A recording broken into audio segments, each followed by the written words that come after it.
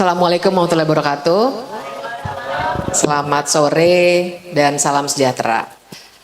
Saya mungkin barangkali begini, kita mesti kalau bicara refleksi 28 tahun reformasi, barangkali satu kalimat yang saya kasih kalimatnya duluan, nanti kita uraikan ya. Jadi metodenya deduktif gitu.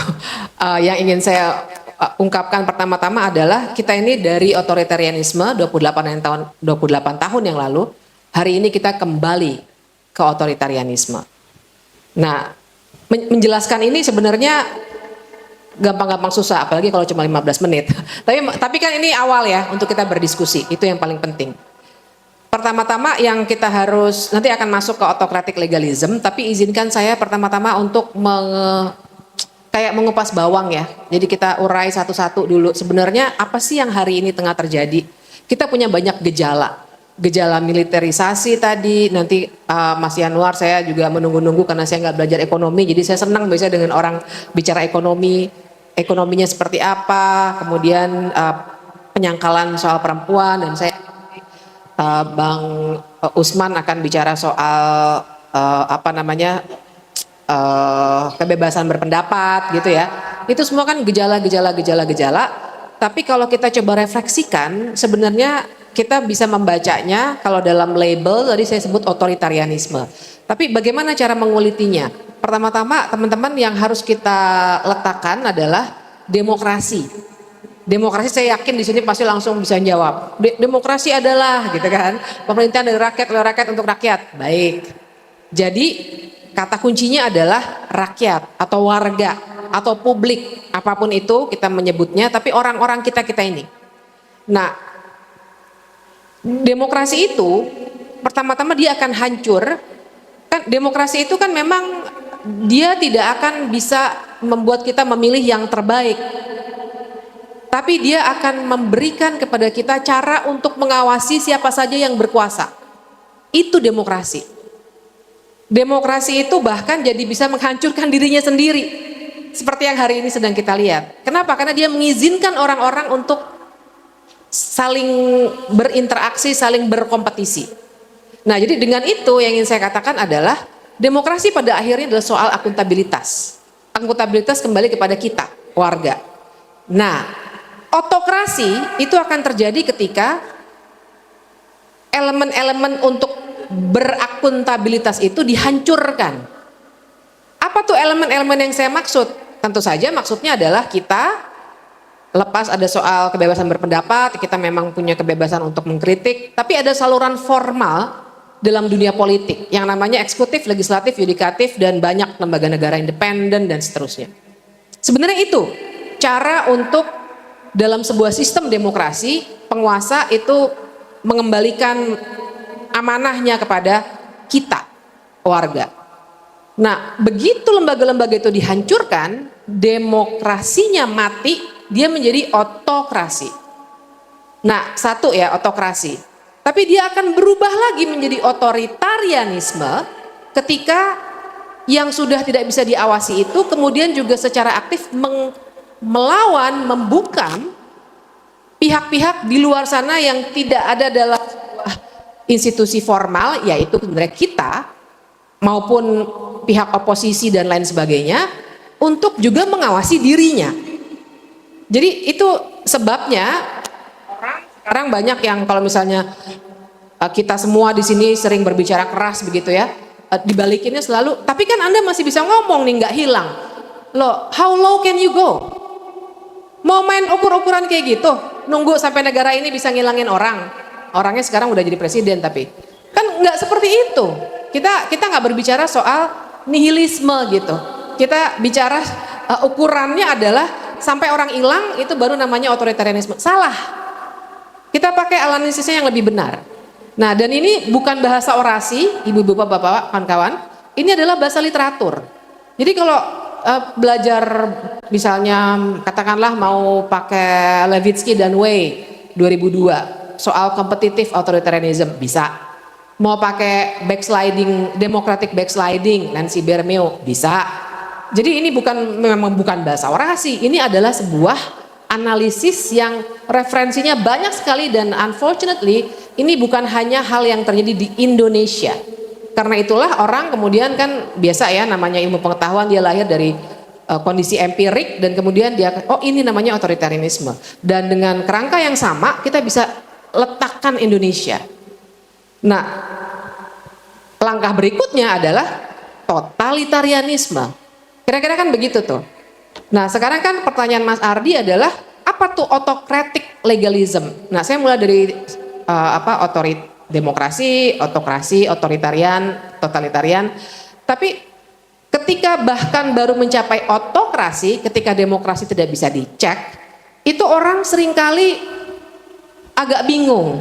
Saya yakin di sini semuanya, di sini nih udah lama ya sebenarnya ya gejalanya dimulai ya.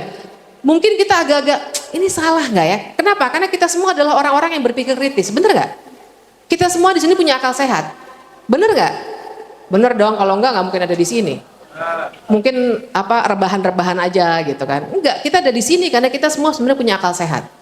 Tapi kita ragu-ragu, ini bener nggak ya lagi mulai gejala otoritarianisme atau otokrasi, supaya konsisten pembicaraan saya. Kenapa kita jadi bingung? Karena semua yang salah itu kemudian ingin dianggap benar dengan cara dilegalkan. Kenapa? Karena dalam cara pandang umum tentang negara, apalagi di Indonesia, kita diberi gagasan yang jarang sekali dikritik, itu bahwa hukum pasti benar. Apa aja yang sudah jadi hukum pasti benar. Kita nggak dikasih ruang untuk nanya dulu, ini hukumnya adil atau enggak. Jadi hukum itu bukan adil, hukum itu peraturan di negara ini terutama. Akibatnya balik ke tadi, kita punya akal sehat tapi mungkin kita agak bingung, bener nggak ya ini udah otokratik nih. Karena barang-barang yang dipakai untuk menghancurkan sendi-sendi demokrasi tadi semuanya dibuat dalam bentuk peraturan. Jadi misalnya kita sekarang bilang mana nih gejala otokrasinya yang kelihatan, yang kasat mata, gejala kan yang kasat matanya ya. Kita bisa bilang DPR sekarang dari 8 fraksi yang ada di DPR, 7 adalah koalisinya pemerintah. Apa akibatnya? DPR seharusnya kan jadi cara kita, itu kan wakil rakyat tuh sebenarnya kan. Dia kan sebenarnya cara kita untuk bilang, hai pemerintah, Anda salah nih, tolong MBG-nya dievaluasi total, ini ngaco bla bla bla. Tapi nggak nyambung antara kita dengan DPR. DPR-nya lemah. Malah bukan hanya soal pengawasan ya, legislasi pun begitu. Oh, oligarki butuh nih sebuah instrumen yang ingin membuat perampasan lahan cepat dilakukan, membuat masyarakat adat gampang digusur. Oke, kita bikin aja undang-undang cipta kerja. 9 bulan jadi. Oh, ini TNI mau masuk nih sesuai ceritanya Bang Aal tadi, mau masuk ke banyak sektor dan lain sebagainya. Oke, kita bikin aja undang-undang TNI, 9 hari jadi. 9 hari loh. Jadi nah, artinya apa? Akhirnya DPR ini kan kayak Orde Baru ya. Dulu Iwan Fals zaman saya kecil tuh Orde Baru bilangnya DPR itu apa tuh? Tukang stempel gitu ya. Nah, semacam itulah. Jadi akhirnya kan jadi balik lagi ke 28 tahun yang lalu. Nah, itu kita jadi bingung karena semuanya menjadi legal. Nah, itu yang disebut dengan autocratic legalism. Legalisme tapi dia sebenarnya berkarakter autokrasi.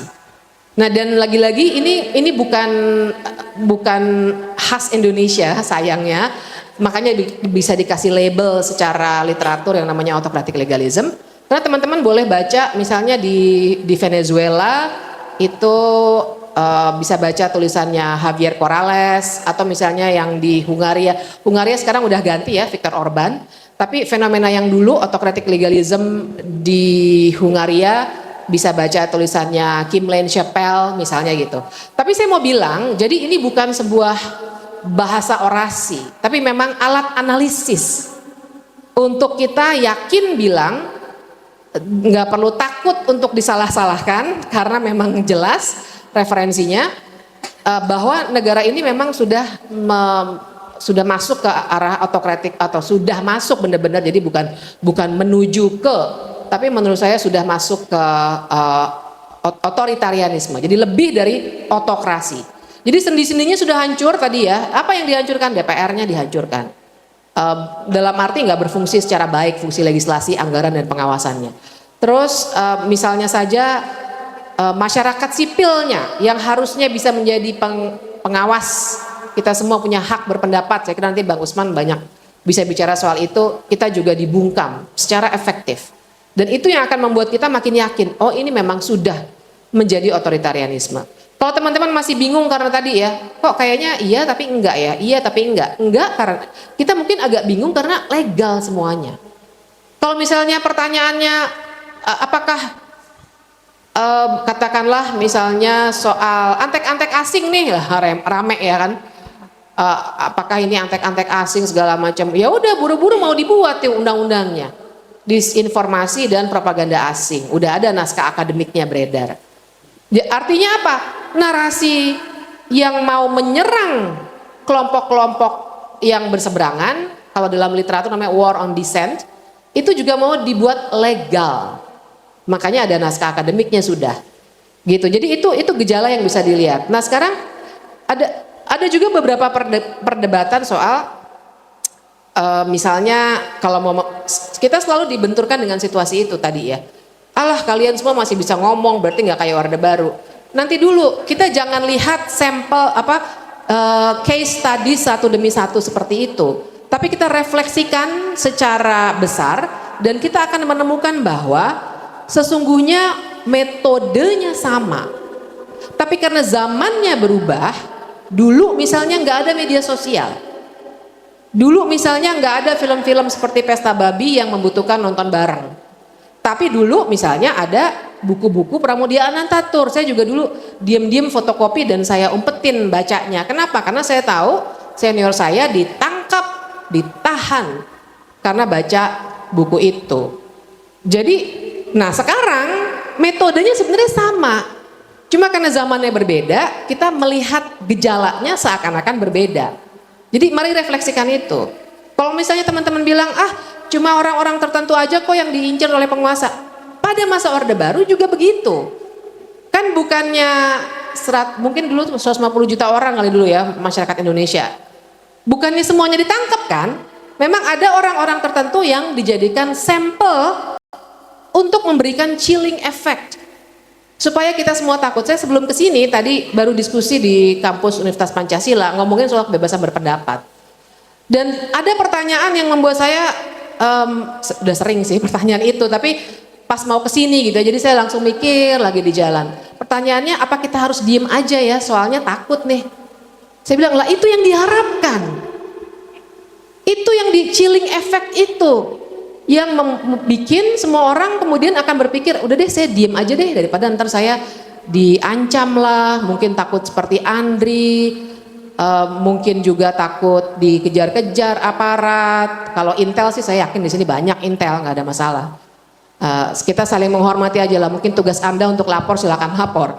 Tapi kan saya tadi ngomong sama kawan mahasiswa itu, yakin aja kalau saya ngambil HP-nya Bang Aal, saya mencuri, saya salah, saya akan takut.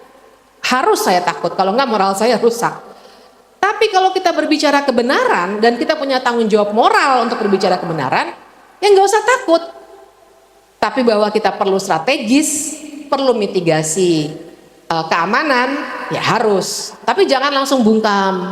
Aduh takut nggak usah ngomong lagi. Karena itulah sebenarnya yang diharapkan.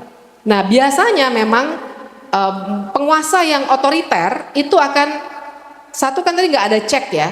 Tapi dia membuat tidak ada ceknya itu lebih kuat.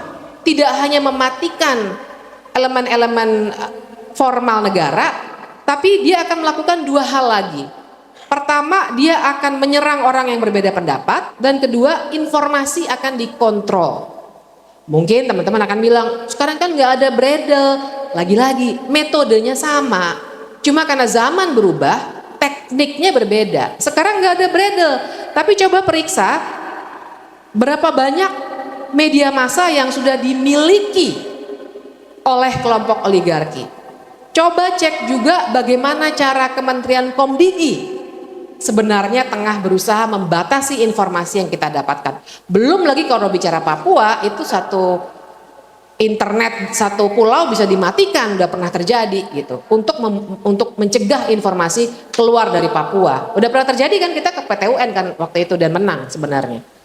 Jadi tolong jangan jadi sebagai penutup saya ingin bilang kawan-kawan bahwa kita memang sekarang pasti kepala kita ini lagi dikacaukan dengan informasi yang begitu simpang siur. Jadi bahkan orang ngomong, aduh bahkan ada yang digaji negara tuh kerjanya nyela-nyela masyarakat sipil. Saya juga dibilang katanya antek asing nyoros katanya saya tuh.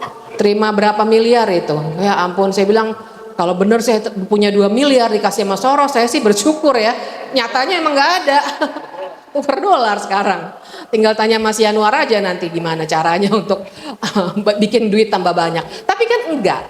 Dan orang itu dibayar oleh negara, digaji karena dia adalah pegawai KSP gitu kan.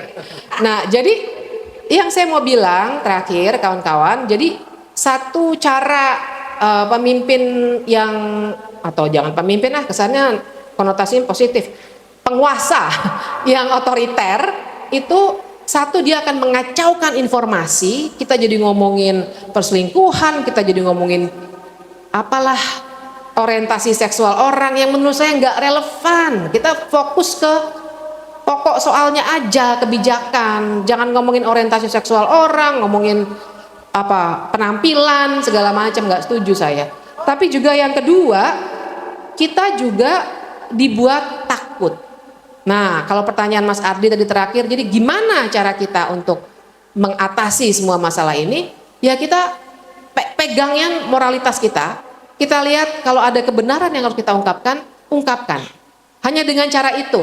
Karena kita nggak punya, menurut saya ya, nanti silakan diperdebatkan juga oleh kawan-kawan semuanya. Kita nggak punya cara-cara yang sifatnya lagi teknokratik. Mau ganti menteri bakal nyelesain masalah nggak? Menurut saya di titik ini udah enggak. Mau ngebanjirin pasar, tanya Mas Yanuar, pakai apa segala macam instrumen, satgas lagi ntar mau dibentuk, menyelesaikan persoalan, udah nggak bisa. Jadi ini di titik ini nanti kita bisa diskusikan sama-sama. Terima kasih. Assalamualaikum warahmatullahi wabarakatuh.